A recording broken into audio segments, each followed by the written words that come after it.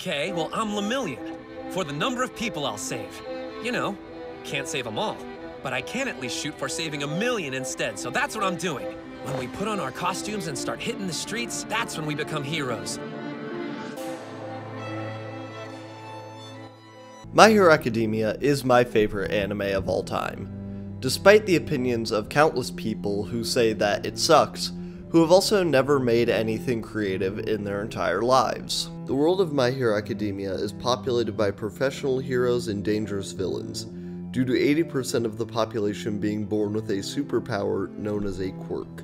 Your quirk can be wildly varied, from potentially universe-shattering abilities to the Lego blockhead guy. One of the most reoccurring themes in the world of My Hero is, does the quirk make the man, or does the man make the quirk? For many characters in My Hero Academia, there is no real difference between their quirk and themselves. They inform one another and are symbiotic in that way. For example, my favorite character, Katsuki Bakugo, can use his nitroglycerin sweat to shoot off explosions from his palms. Likewise, Bakugo's explosive, he's harsh, angry, and arrogant, but he also has extreme outbursts of emotional pain and vulnerability. Nothing about his personality is subtle or underhanded. Even his hair looks like a little explosion. Perhaps the most synergistic combination of person and quirk is in the tragic, fan-favorite villain, Twice. Jin Bubaigawara, villain named Twice, is an operative with the League of Villains, and yes, that is the real name of the villain team. But anyways, Twice has the ability to make one thing into two, including himself. However, this has also given him a split personality and for much of the series, an extreme paranoia over not being the real Twice. He is also a clear homage to Deadpool, as Kohei Horikoshi, the creator of My Hero Academia, is a huge fan of Western comics. However, unlike Deadpool, Twice enhances the scenes he's in. Twice's life, his tragedies, his very few successes, his entire existence is inexorably linked with his quirk. But today we will be focusing on a character who is not who they are because of their quirk, but in spite of it. Trash, am I right? At the end of Season 3, we are introduced to a weird little face in the wall, and we later learn that that face has a head, that head a body, and that body a name. Mirio Togeda. Mirio is a part of the UA High Big Three, a nickname given to the 3 best students at UA High. I do not think that this is like an official title like president, but I would trust Mirio Togeda with nuclear launch codes, and you should too. Mirio, aka Lemillion, is introduced mainly to be a foil between himself and the main character Deku, since Mirio was also heavily considered to inherit One for All, the incredible inherited quirk that All Might gave to the quirkless Deku, which kicked off the series. While Lemillion and Deku are both cheery, optimistic, very classical heroes, Lemillion also provides a lot of important contrast to Deku. He's smarter than him, he's more experienced, and all around he is a better hero than Deku. Where Deku is unsure and anxious of his place in the world and his ability to be a great hero and live up to All Might's legacy, Lemillion is a fucking powerhouse, and he's extremely self-assured.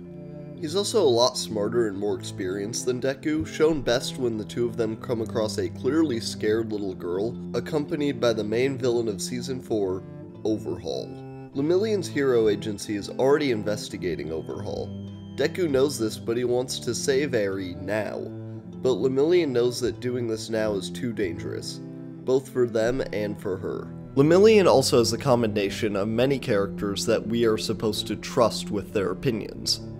For example, the homeroom teacher of Class 1A, Shota Aizawa, respects him deeply even after he beat the absolute dick skin off of his class. Aizawa says of Mirio, Mirio Togeda. In my opinion, he's the person who's closest to taking the spot of #1 hero. That's including the pros. We are shown throughout the show that Aizawa is a good judge of character, and also a DILF. So him saying this is tantamount to Horikoshi himself coming out of the TV and saying, hey, this guy's fucking legit. Mirio has also earned great respect and praise from his best friend Tamaki Amajiki, Now, Tamaki is a great hero and character in his own right, so we should trust him, but also, he is clearly so in love with Mirio, so we should keep that in mind. Tamaki aptly compares Mirio to the sun and wonders if he could ever shine as brightly as he does. And what Tamaki understands that Class 1A and Deku do not is how Mirio's balls taste. What Class 1A and Deku fail to understand after their beating is that Mirio is not lucky. He does not have a powerful quirk. Tamaki Amajiki puts it best when he says to them, "It's not his power you should be jealous of." Mirio's quirk is permeation. This means that at will he can become intangible, even being able to control which part of his body becomes intangible. This may sound like an incredibly busted power, but it's not. Mirio's the one who's busted. His quirk is actually overabundant in flaws. When Mirio becomes intangible, he actually becomes intangible, like to everything. If he wants his face to be intangible, light will pass right through his eyes, leaving him blind. If he wants his chest to be intangible, air will pass right through his lungs, making it so that he can't breathe. Mirio's a great hero in training, but he is not powerful, he's just immensely skilled. Many of the quirks in My Hero do not suffer from the same amount of realistic consequences as his does. Like when Bakugo lights off a palm explosion, it doesn't flash cook his skin. When Mina Ashido shoots fucking acid at people, it doesn't melt her flesh coming off of it. Mirio Togeda, aka Lemillion, is a huge inspiration and ideal for me. He works hard every day to make what he can do work for him. He's incredibly kind to everyone. He only feels anger righteously.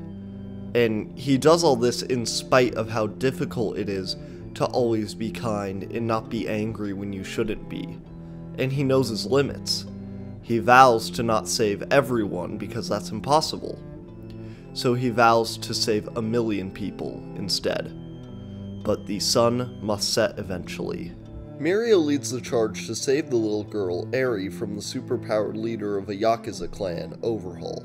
Overhaul is using Eri's quirk to locally turn back time to create bullets that can permanently erase a person's quirk, and he has just perfected the recipe. While Mirio beats the fuck out of Overhaul and protects Eri at the same time, he gives Overhaul a lesson in heroics. Mirio protects Eri with his cape, and Overhaul says, "And here I thought heroes wore capes just to make them look cool." This prompts Mirio to respond, "You want to know why a hero wears a cape? So he can comfort someone who's suffering." This line really resonated with me and reminded me of the end of The Dark Knight Rises, when Batman tells Jim Gordon his identity by saying, "A hero can be anyone, even someone doing something as simple and reassuring as putting a coat around a young boy's shoulders, to let him know that the world hadn't ended." Unfortunately, Lemillion's heroic nature is used against him when a Yakuza member shoots a quirk-erasing bullet at the little girl that he is trying to protect. So he's forced to tank the hit without using his quirk, and he can never use it again. Lemillion loses the quirk that he worked so hard his entire life to cultivate. However, that is the only thing he's lost. Because Lemillion wasn't Lemillion because of his power, but in spite of it. When he worked every day to be the best hero he could, he was developing his quirk, yes, but more than that, he was developing a willpower and a strength that could survive without his quirk. But Lemillion puts it best, so I'll just let him say it. I am not powerless! I am still Lemillion! From the moment that Lemillion showed up, it was clear that he wasn't just good, he wasn't just great, he was perfect. And a perfect character cannot stay perfect. So this kind of loss for him was inevitable. Mirio then goes on to become an older brother figure to Eri, once again proving his heroic spirit. His character has now taken a backseat in the story, but when he was in the front, it was some of the best storytelling ever in the universe. I love Mirio Togeda, aka Lemillion. I love him for what he says about hard work, loss, and the central question of My Hero Academia, what it means to be a hero. He even answers Deku's question from the very first episode to All Might. Is it possible to be a hero without a quirk? And the answer is yes. Hey everyone, I hope you liked that video. Not as funny of a video as we've had lately, or at least as I think we've had. I think that they've all been best comedy nominees of the year at the Oscars. Is that even a category at the Oscars? I really don't know. I've never watched a second of the Oscars live because it just... I don't need a bunch of rich people telling me like what art is good. But anyways, I hope that you liked it. This was a bit more of a, like an emotionally centered video. I just really like the character of Lemillion. I've wanted to talk to him. I'll never get to talk to him, but I've wanted to talk about him since this channel started. And, oh yeah, I didn't feel like putting on a jacket because I still got, you know, show off these guns. So I put on an apron. But the sequel to the book is coming along nicely. I think that we might be able to get up to 22 stories in this sequel, which would be a real nice round number to get to because this first one is 11. And the next time I do 33. Okay, I'll see y'all next week. Have a great day, everyone. Thank you.